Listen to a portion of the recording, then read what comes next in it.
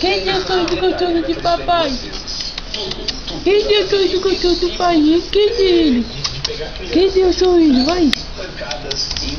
Eita, sorriso gostoso, olha! Eita, que lindo de pai! Eita, que gostoso! Eita, que moça linda de papai, olha! Quem deu o sorriso, hein? Quem deu o sorriso de pai? Quem deu o sorriso? Quem deu aquele sorriso lindo, hein? Não quer sorrir não, ué. Ela não quer sorrir não, tá fazendo greve, ué.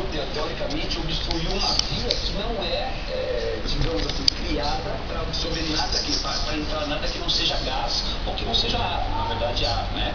E então ela vai ter que tirar isso daí através das vias aéreas superiores que é fazer da boca. E tem a outra manobra para os maiores, né? Isso, para os maiores, né? Tá. Leva para televisão para cá. Ainda continuamos no caso de engraçamento. Aqui, vamos lá. A gente tem aí algumas. A mais famosa é a manobra de Heimlich, né? Que é para a vítima inconsciente, na verdade, vítima consciente, né? A vítima, então, ela faz aquele sinal universal de engajamento.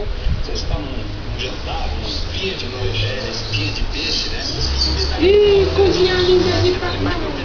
Eita, cozinha fofa de pai! Olha que fofa gostosa! Tossindo, vermelha, do jeito que tiver, mas ela estiver tossindo, respirando, isso é normal.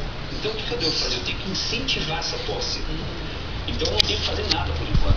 Eu tenho que deixar essa vítima o mais confortável possível e deixar ela tossir. Ela tem que tossir. Porque na verdade a tosse é um organismo para jogar para fora. É isso aí. É isso aí. Dá uma resposta.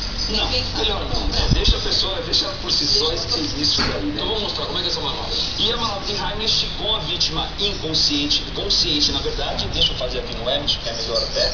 Eu vou pegar